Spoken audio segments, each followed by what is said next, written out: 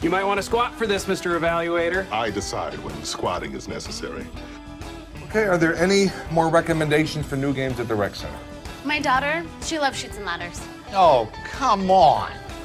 There is no strategy to Chutes and Ladders. It's just luck. My daughter's 5. Well, your daughter is an idiot. Also, how weird are forks? Forks are very weird. I've always thought so.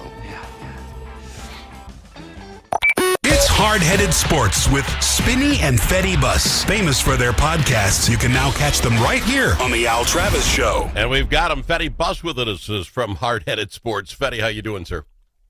Doing excellent. How are you? Good. It's exciting times for folks who do not know. Fetty is one of the coaches up at the Bethany Luther College men's basketball program. If I'm overstating, let me know. You've won 4 championships since you've been there, 3 in a row. You're looking for a 4-peat, a 5th ring. This season a little harder than some of the past, I believe, because you lost a lot of players. I mean, you're going to win that many. People are going to move on. But you're right in the mix. Tell us where we're sitting right now, Buzz, because we're just a couple games away from the playoffs. We are currently in 3rd place in the conference. Nice. At 6-4 in the conference. The 2 teams ahead of us are tied at 7-3. Top 4 make playoffs, and we have 2 games left in the regular season. We play Wednesday at home against Morris and Saturday on the road against North Central, the 2 teams that are currently ahead of us. So we just got to take care of business and get in the playoffs. Ultimately, that's all we really are focused on, is just getting in the playoffs, getting a chance to advance to the national tournament. So we're just taking it day by day and trying to get the job done. You're feeling pretty good about it? Yeah. As far as the way the team is playing currently? Yeah, I'm feeling good about it. We are, I'd say we're playing some of our best ball right now, which is the right time to do it, Yeah. So. Fantastic. All right, well, good luck to you guys. Wednesday at home, everybody who's listening here, Mankato, get over there and watch that thing. Should be a lot of fun. And then the last game is where? Where's your last game? North Central University. It's in Minneapolis on Saturday. Good luck. We'll talk about it here at the end of the week. We'll find out how Morris goes on Wednesday. We'll talk to you on Thursday. All right. Did you watch any of the All-Star game? Yeah, I watched the actual game on Sunday. I didn't tune in to any of the competitions on Saturday, though. With the Olympics going on, there's too much to go in and see anything else. I'd agree. But I watched the entire ball game, the All-Star game. I don't want to lead the witness. Your thoughts on this new All-Star format? I was skeptical at first, just because anything that takes like a whole paragraph to explain kind of concerns me a little bit. Like the format was kind of like, oh, I don't know how this is going to go, but it seemed to go really well. Honestly, I thought it was kind of like all the analysts are saying, like a much needed win for the NBA. But now we got to see, are the guys going to continue to be motivated in this format year in and year out? But it seemed like the 12-minute mini games worked really well, just to like break the guys up a little bit, and that way just a little shorter attention span and not having to play the same exact people for all 48 minutes. I think it worked well. I like that. I think nothing wrong with Ant. People get mad at me. They always take this. I'm nothing with Ant. But I think Victor Wembanyama deserved the MVP. Let me tell you why. His team didn't win either game. But when they first started in that very first game, Victor comes out with the world team against the All-Star teams here in Minnesota, or America, and Ant goes up for the tee-off, right? The tip. And I thought, this is going to be a goofy game. Ant is 4 feet smaller. This is a joke. But Victor went up there, got it. He didn't give it to Ant. They passed the ball back, and he slam dunks this thing. Then the next time he touches the ball, he puts a 3 in. I think he scored the first 5 or 11 points.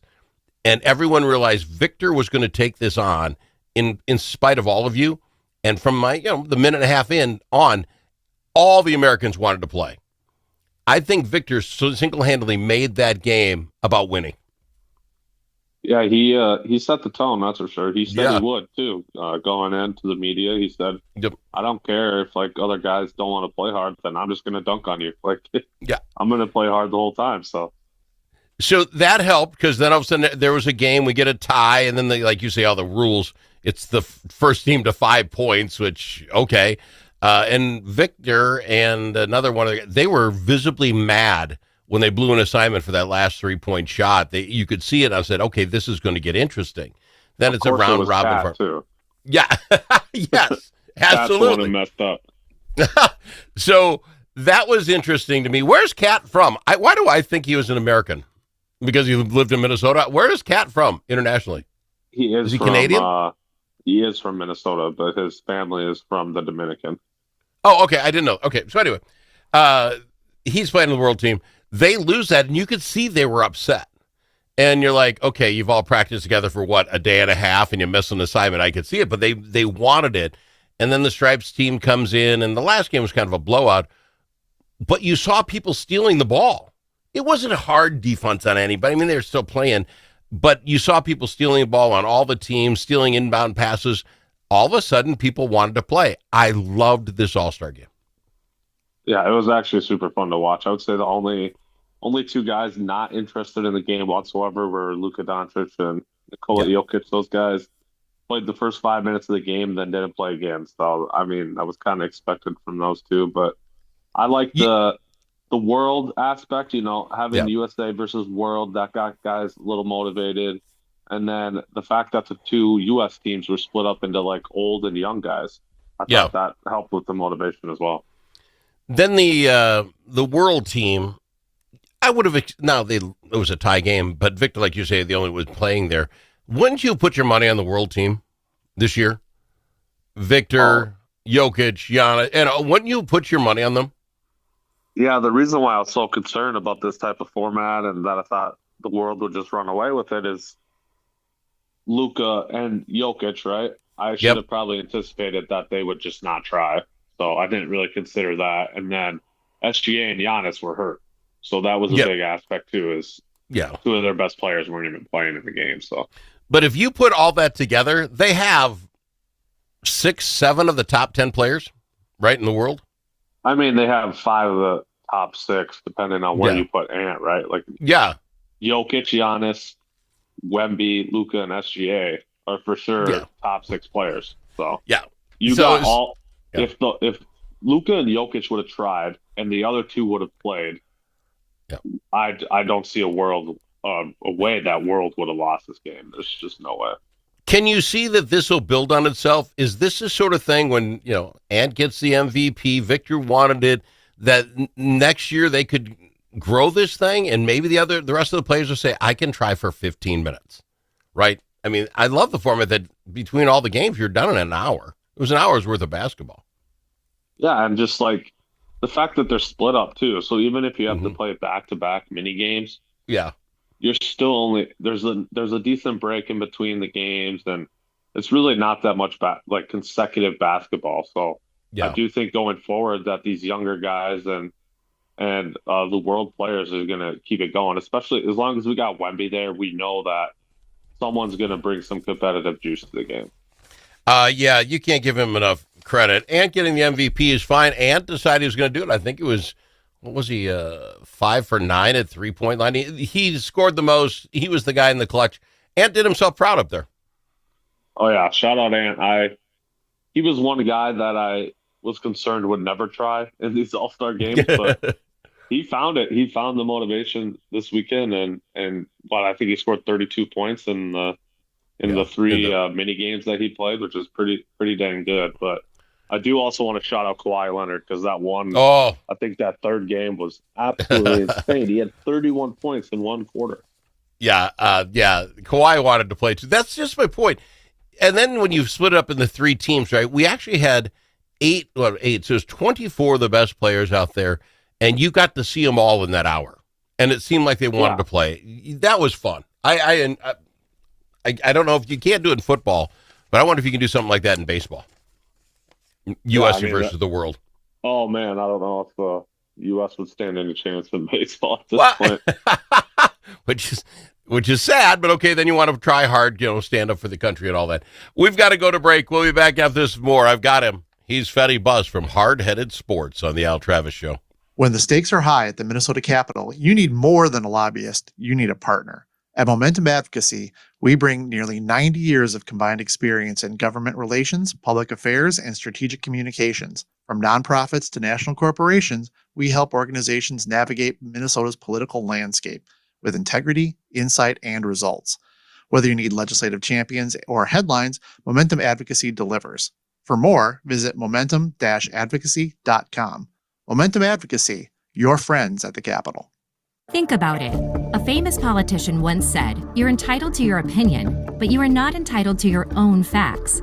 But in a world full of AI and fake news, where can Minnesotans find the facts? Center of the American Experiment is Minnesota's go-to source for fact-based analysis and common sense solutions for taxes, energy, public safety, and our kids' education. Visit AmericanExperiment.org for more information. Think About It is brought to you by Center of the American Experiment, Minnesota's think tank.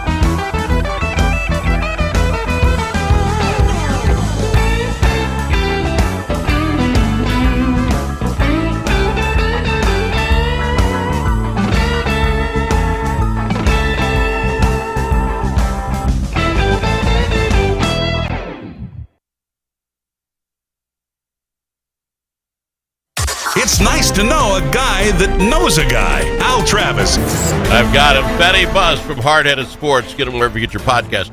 Fetty, this Olympics has been a lot of fun. Are you really an Olympic guy? Do you follow along much? I'm more of a summer Olympic guy, just because Okay. I'm not too into like the snowboarding and skating Yeah. type. But I have been watching here and there. I'm kind of, as much as there are some sports, like, again, watching that half pipe stuff on snowboards, fun to see. I can't tell the difference between a 1080 and a 640, or, I can't count that fast. And on the ice skating thing, tuned in last night, the Americans had a terrible night. I mean, slipping and falling all over the place. So it kind of bums me out. I hate that, but, it is part of sports. But some of the controversy that's going on, I wanted to talk to you about. Did you catch the Canadian curler using really foul language? Is that not fun? I didn't think it got that heated in the curling world. Yeah, I know. That's what I was thinking too. I was like, wow, I didn't expect this for curling. He apparently touched the thing as it was going the down, double right? touch. The double touch. You can't do that. Everybody knows that. I mean, it amazes me that they don't hit the thing more often when they're sweeping. Right. But no, the double touch. So he uses some really vulgar language. Well, they have yet to. They said they looked at the video. They couldn't tell if he actually double touched or not. So he's going to probably get by with that. We'll see. The big problem with all of this is sloppy ice. Did you read that? All sloppy of them. Ice. It's wet ice. It's not good as they should be at the Olympics, evidently. Short track speed skaters are upset. The Americans who fell are upset, but then on the other hand, the other people aren't falling. So, is it slushy ice or not? I don't have any idea. You think that they'd have that down by now, wouldn't you? Yeah, I would assume so, but I guess with like the amount of events that are on the ice, there's probably a lot of upkeep to take care of. But I mean, we're talking the Olympics here, so yeah, you do expect the best conditions, that's for sure. Other things? Did you catch the guy? What was he? Was he a snowboarder? The guy got 2 medals, and then came out and he cried on TV because he cheated on his girlfriend of 6 months. Oh my gosh, I did not see that. He was whining and ball. Yeah, it's the Olympics. I mean, it's been what well they do documented about what goes on there. Yeah, they handed out 10,000 condoms, but evidently he got his nerves got to him. He wins a bronze. Those are evidently long gone already too. Yeah, yeah. The controversy again. The French judges in the ice skating. Evidently, all the other judges saw the Americans and the French basically tied, so the Americans would have won. But the French judge in the last thing gives the French an 8-point advantage over the Americans and gives it to the French. We get this a lot. I hate those events where you can just judge and some French judge can take it away from us. I hate that. That's what makes those type of sports so tough. Like, you would like to assume that the judges are non-biased and do what they're supposed to do, but that always opens the door to that type of thing. Yeah, it does. That's what I really hate about it. Then there was a couple. Did you see the downhill giant slalom guy who got to about the 5th, 10th? He was speeding along. Let's say the 10th gate, and he literally misjudged it, and the gate hit him dead center in the crotch, and all you hear is scream out, "Oh!" and you hear the whomp, and he just skis off into the fence. Did you watch that? Yeah, that was one of those situations where like hurt me watching it. Like I was like, oh my gosh. Sorry, ladies that are listening. Every guy knows what just happened there, and you felt the pain. And exactly. So I feel sorry for the guy, but on the other hand, I watched it 10 times, and I was laughing, which makes me really a bad guy. Did you catch the rest of Crotchgate? This is new. This is new to me. I think evidently the long jumper guys evidently they have to do like a pre-check-in and get measured and stuff, make sure that their suits work right and stuff. And this is now, it's a rumor. Some of the jumper guys are saying the other guys are using some sort of medicine, a shot, if you will, to shrink their manliness, presuming that they'll be more aerodynamic going through the air. Can anybody want a gold medal that bad? I thought it was to enlarge it. Hyaluronic acid into their stuff. I thought it was to make it so you're more aerodynamic. Oh, okay. Well, I heard a situation where it was to enlarge it so that their uniform or whatever was bigger, because apparently that helps them for some reason. I don't know why, but I heard that too. That's that's the off the stuff chart. that comes out of the Olympics is just wild sometimes. Well, you got to sit there and think to yourself, it just isn't worth it. And then again, maybe you're probably right, because the shrinking thing, I would think just being an Olympic winter sport would be enough. It's cold out there, you know what I'm saying? Yeah. But yeah, hey, like they say, if you ain't cheating, you ain't trying. Even in the Olympics. All right. Real quickly, if you can, the Twins pitchers and catchers showed up. You have any want here? Are we following along? I haven't heard of anybody being picked up or anything. Is this going to be a real tough start to the season? The only thing I heard is the Twins are offering $2 hot dogs to get our beers, $2 beers to get you in. Is that going to do it for you? Every single Friday and Saturday, $2 beers. That'll get the college kids out, won't it? I'm planning on attending opening day, and that'll be the only Twins game I attend all year. All right, just fair kind enough. of a tradition. This will be my fourth straight year going to opening day, but I mean, we're going to get probably last or second to last in the division. The only team that might be worse than us is the White Sox, but that'll be it. That'll be the battle for the year, won't it? Us or them. Bus, how does someone pick up Hard-Headed Sports, my boy? You can catch us at YouTube, Spotify, and Apple Podcasts. Thank you, my friend. Appreciate you. Good luck this week of the basketball. Appreciate you. At LGH Wealth Management, our mission is to create financial empowerment through